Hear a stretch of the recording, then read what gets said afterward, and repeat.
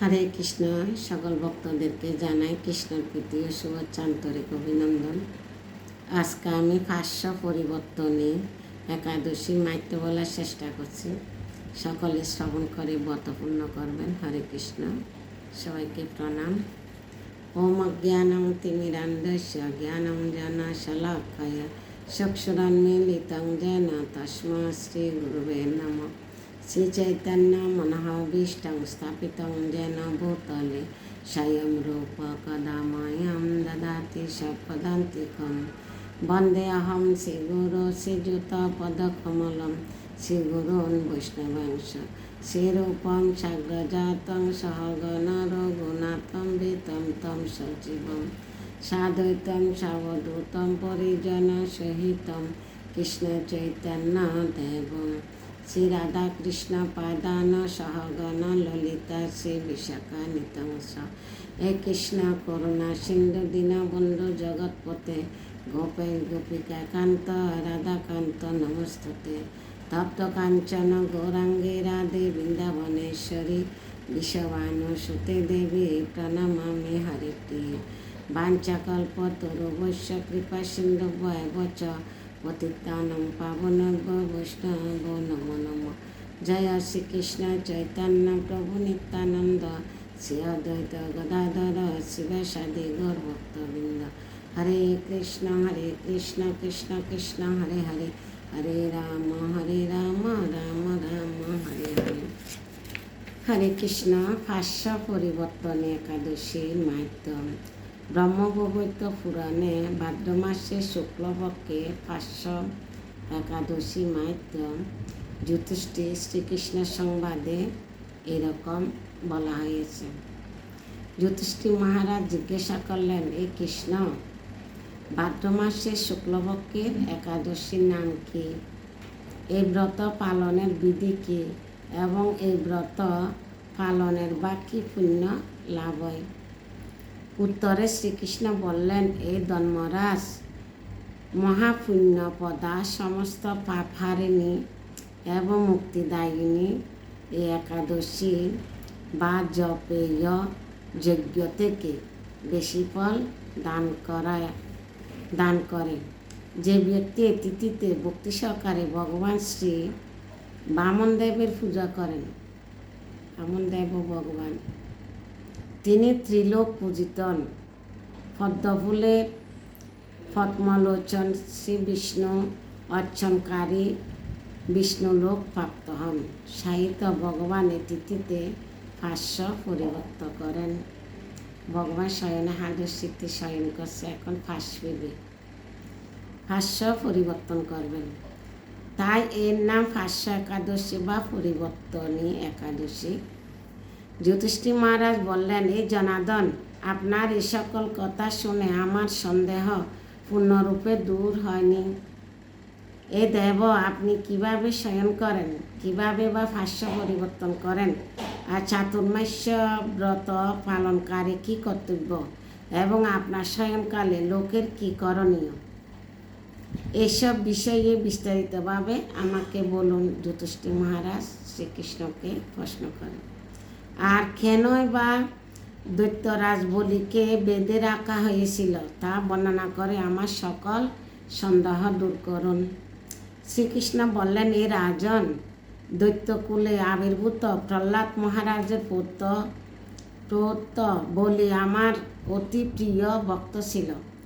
সে আমার সন্তুষ্টি বিধানের জন্য গো ব্রাহ্মণ পূজা ও যজ্ঞাদি ব্রত সম্পাদন করত, কিন্তু ইন্দ্রের প্রতি বিদ্বেষবশত সকল দেবলোক সে জয় করেনি।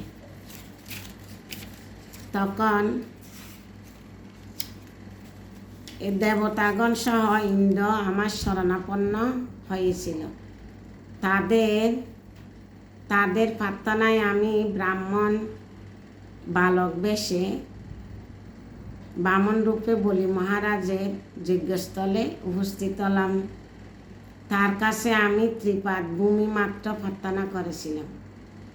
সে তুচ্ছ বস্তু থেকে আরও শ্রেষ্ঠ কিছু সে আমাকে দিতে চাইলেও আমি কেবল ত্রিপাদ ভূমি গ্রহণে স্থির থাকলাম।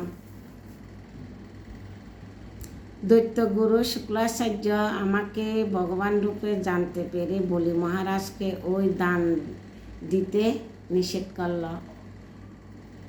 দৈত্যগুরু শুক্রাচার্য ছিলেন বলি মহারাজের গুরু, কিন্তু সত্যাশ্রী বলি গুরুর নির্দেশ অমান্য করে আমাকে দান দিতে সংকল্প করল।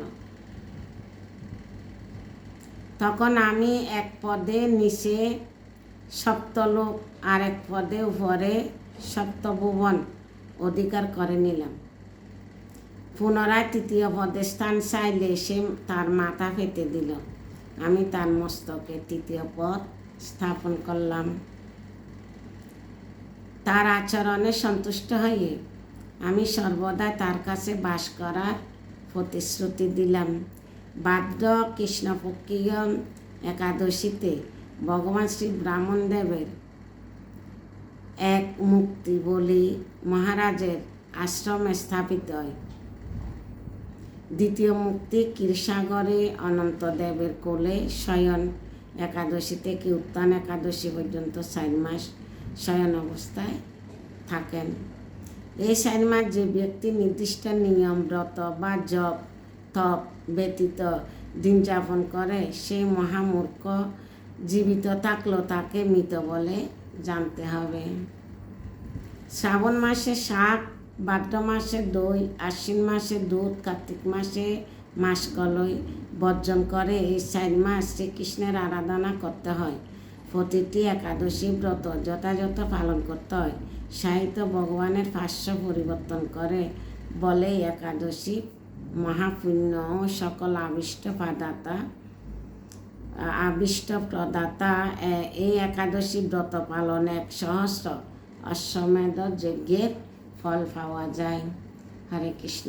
আজকে হলো যে ভাষ্য পরিবর্তনীয় একাদশী। এই একাদশী ভগবান শয়ন করছে, এখন ফাঁস পরিবর্তন করবে, উঠবে কার্তিক মাসে। তো এই ভাষ্য পরিবর্তনী একাদশী যদি ব্রত পালন করেন এবং শ্রবণ করেন, তার মাহাত্ম্য শ্রবণ করে কি বলি মহারাজের কৃপা পাবেন, ভগবান শ্রীকৃষ্ণের কৃপা পাবেন, যুধিষ্ঠির মহারাজের কৃপা পাবেন। বলি মহারাজ কীভাবে ত্রিপাদ ভূমি দান করেছিলেন সেই লীলাটা এখানে তুলে ধরা হয়েছে। হরে কৃষ্ণের সকলের কাছে অনুরোধ রইল, সবাই একাদশী থাকবেন, যেটা খেতে পারেন। অনেক কিছু খাবার আছে, খেয়ে ফল ফুট খেতে পারবেন, সবজি খেতে পারেন। তারপরে দিয়ে আলু ফ্রাই, আলু সিদ্ধ, সাগর কেশরি, সাগর পোলাও খেতে পারেন। খেয়ে অবশ্যই একাদশী থাকবেন, একাদশী মাহাত্ম্য শ্রবণ করবেন, তারপর যে ব্রত পূর্ণ হবে। হরে কৃষ্ণ, সবাইকে প্রণাম।